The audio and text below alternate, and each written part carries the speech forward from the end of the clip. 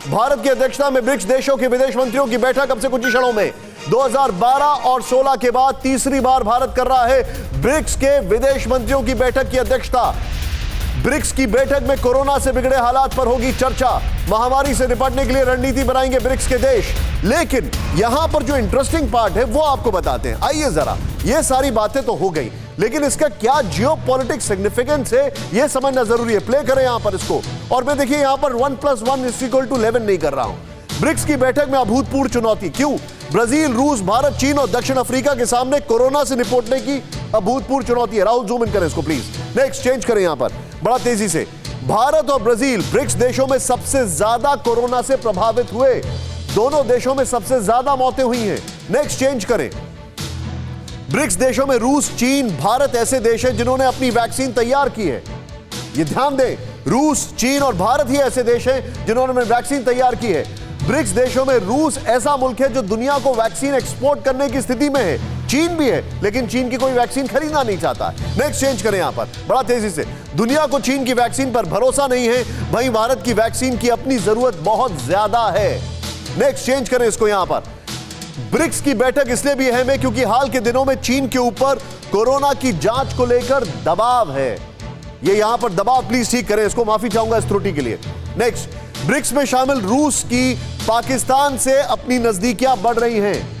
यह एक और चिंता का विषय है। मैं चाहूंगा वो मात्रा ठीक कर दे प्लीज। और यहां पर सीधे मैं चलूंगा यहां पर मनीष झा मेरे साथ है। मनीष, इस ब्रिक्स की बैठक में एक बैकड्रॉप हमारे सामने। खबर यह है कि पुतिन पाकिस्तान जा सकते हैं, एस जयशंकर अमेरिका से लौटे, चीन के ऊपर इन्वेस्टिगेशन की तलवार लटक रही है। आगे क्या होगा? देखिए, सबसे पहले तो बात यह है कि इस बार चूंकि ब्रिक्स की अध्यक्षता भारत कर रहा है और इस मायने में ये बहुत महत्वपूर्ण है क्योंकि ब्रिक्स के 15 साल पूरे हो रहे हैं। और दूसरी बात यह है कि भारत की नज़र में ब्रिक्स का एक अलग महत्व इस दृष्टिकोण से है कि भारत की जो मौजूदा विदेश नीति है उसमें हम बहुपक्षीय व्यवस्था पर ज़्यादा जोर देते हैं। और यही वजह है कि एक तरफ हम ब्रिक्स पर ध्यान दे रहे हैं, हम एससीओ के भी सदस्य हैं, हम क्वाड के भी सदस्य हैं, हम G7+ के भी सदस्य हैं, हम G20 के भी सदस्य हैं। मकसद ये है भारत का कि अलग अलग प्लेटफॉर्म पर भारत अपने हितों को देखते हुए अपनी आवाज़ को रखे। लेकिन अभी जब हम और आप बात कर रहे हैं, सभी विदेश मंत्री अपने अपने चेयर पर बैठ चुके हैं। अगले 1 से 1.5 मिनट के बाद उनकी मीटिंग शुरू होगी और तब भारत की अध्यक्षता में इन 5 देशों के विदेश मंत्रियों की बैठक होगी। मकसद यही है कि ये 5 देशों का 15 साल के ब्रिक्स पूरा होने के बाद इनका थीम यह है कि कॉन्टिन्यूटी, कंसोलिडेशन एंड कंसेंसस। लेकिन इसके आधार पर आगे बढ़ना है। एक चीज, इसके बाद जो चेयर है वो चाइना के पास जा रही है। और हमें नहीं भूलना चाहिए कि अगर कोरोना के ऊपर ये लोग एक कोलैबोरेशन करने की कोशिश कर रहे हैं तो यहां पर सभी अपने अपने एजेंडे पर चल रहे हैं। बिल्कुल सही कहा आपने। और देखिए, आपको याद होगा कि 2017 में, इससे पहले जब चीन की अध्यक्षता में ब्रिक्स का सम्मेलन हुआ था श्यामन में, तब डोकलाम इशू हुआ था और डोकलाम इशू खत्म हुआ था। और यह कहा भी गया था कि ब्रिक्स की बैठक की वजह से ही चीन ने डोकलाम इशू को जल्द से जल्द रिजॉल्व करने के लिए सोचा था। आज की तारीख में दोनों देशों की सीमा पर जो है सैनिक खड़े हैं। वही बात आती है कि हम ब्रिक्स में, एससीओ में बैठक भी कर रहे हैं, वहीं दूसरी तरफ हम लड़ भी रहे हैं। लेकिन विदेश मामलों के जानकारों का कहना है कि इस तरह के प्लेटफॉर्म पर आप कम्युनिकेशन को बनाए रख सकते हैं। वहां पर आप चीन को लगातार अलग अलग मुद्दों के साथ कम्युनिकेट करते हैं। लेकिन आपका सवाल एकदम सही है कि अगर कोरोना को लेकर हमें लड़ना है तो जिसने दर्द दिया, जिसने बीमारी दी, उसी के साथ जब हम चुनौती पर बात करेंगे तो सबसे पहले तो जो ओरिजिनल कारण है उसे बताना पड़ेगा कि गलती यहाँ है। लेकिन मुझे लगता है, जितनी मेरी समझ और मैंने जितने विदेश मंत्रालय के अधिकारियों से बात की है, अभी फिलहाल जो फोकस होगा वो सहयोग का होगा। और खास करके चूंकि हम अध्यक्ष हैं, हमें अध्यक्षता करनी है, हमें आने वाले दिनों में प्रधानमंत्री और राष्ट्रपति सब जो ब्रिक्स के सदस्य देश हैं उनकी भी बैठक करनी है। तो मोटे तौर पर कोशिश ये होगी। और ब्रिक्स का एक बड़ा सा प्लेटफॉर्म भी है क्योंकि यहाँ 40% से अधिक दुनिया की जनसंख्या है, 1/4 से अधिक दुनिया की जीडीपी है। आप जो बता रहे हैं, मैं क्विक रिएक्शन लूंगा यहाँ पर, वेरी क्विक रिएक्शन। सर जल सेना सर, ब्रिक्स जी, इस ब्रिक्स में जो ईंटें हैं उनमें से कुछ ईंटें क्वाड में भी लग रही हैं और उसका सबसे बड़ा सीमेंट तो हम ही लगा रहे हैं। जी हाँ, ये ब्रिक्स वर्सेस क्वाड, ये अपने आप में कितनी बड़ी चुनौती है। और मैं बात कर रहा हूं कोरोना काल की, मैं बात कर रहा हूं एस जयशंकर की अभी अभी दौरा जो कंप्लीट हुआ है, और मैं बात कर रहा हूं सबसे बड़ी बात सर, ब्राजील का जो चाइना को लेकर एकाएक डिस्ट्रस्ट पैदा हो गया है। जी हाँ, देखिए निशान जी, जब ब्रिक्स का गठन हुआ था और उसकी प्रकल्पना आई थी और उसके ऊपर बहुत काम हुए थे, जैसे आपको मनीष बता रहे थे कि ये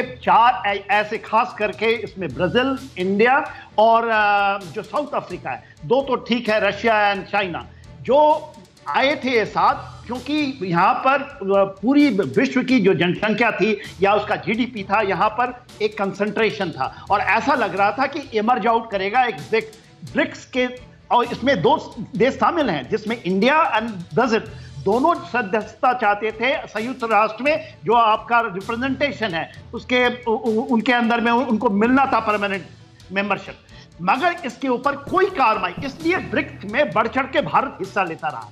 आज परिस्थिति यह है, चाहे ब्रिक्स हो चाहे एससीओ हो, जब इसकी परपेक्ष में आप देखेंगे और उसके परपेक्ष में जो क्वाड है और जो अलायंसेस पोस्ट कोरोना और जो अभी चल रही है उथल पुथल, जो समझ के आएगी, ब्रिक्स अपने आप कम होगा, क्योंकि ब्रिक्स के अंदर में देखिए इसमें साउथ अफ्रीका और इंडिया। सर मैं हमसे एक मेरे पास बड़ी खबर आ रही है, पाकिस्तान से कसवर हमारे दोस्त और हमारे बेबाक रिपोर्टर जुड़ चुके हैं, लेकिन मुझे एक बात बताइए, क्या कोरोना के ऊपर ये चारों मिल्क कुछ कोलैबोरेट कर पाएंगे? आपको लगता है सबके अपने वेस्टेड इंटरेस्ट हैं? भारत ने दुनिया की मदद की, भारत की जो मैत्री वैक्सीन मैत्री थी उससे चीन बहुत चिढ़ गया था। सिन्हा साहब, so sorry I didn't take it. अच्छा, जो आप, मैं ये कह रहा हूं कि कोरोना पे क्या ये एक दूसरे की मदद कर पाएंगे? क्योंकि चीन जो है वो भारत की वैक्सीन मैत्री से पहले बहुत बुरी तरीके से चिढ़ गया था। रशिया भारत का जमकर सहयोग कर रहा है, चीन की वैक्सीन दुनिया में कोई भी लेना नहीं चाहता है। देखिए ये जो ये वैक्सीन डिप्लोमेसी है या वैक्सीन का जो हमारा एक कहेंगे जंग चल रहा है पूरे, उसमें हाँ, हम लोग लास्ट 1.5 महीने के अंदर में हम थोड़ा सा हमारा सेटबैक हुआ है, उसका एक कारण है, और उसके कारण में ऐसा नहीं कि चाइना ने इसके ऊपर में कोई आपको एक काउंटर स्ट्रोक करके आपको नीचे कर दिया है। ठीक है, हम ये कह रहे हैं कि हम 90 करोड़ लोगों को हम वैक्सीन लगाएंगे दिसंबर तक। हमारी 2 जो वैक्सीन है, आपको ये पता होना चाहिए, 30,000 कंपनियां हैं हमारे भारत में जो कि हमारे वैक्सीन को बनाती है। इंडिया अभी भी सप्लाई चेन में कोई उसका मुकाबला नहीं। आप देखिए जिस तरह से फाइजर आ रहे हैं, जिस तरह से 6-7 कंपनियों को अभी मिला है, आने वाले समय में आप देखिएगा कि ये 4 महीने वेट कर लीजिए। सर आई एम सॉरी, मैं आपको रोक रहा हूं। परवाह देश की, सोमवार से शुक्रवार रात 10 बजे TV9 भारतवर्ष पर।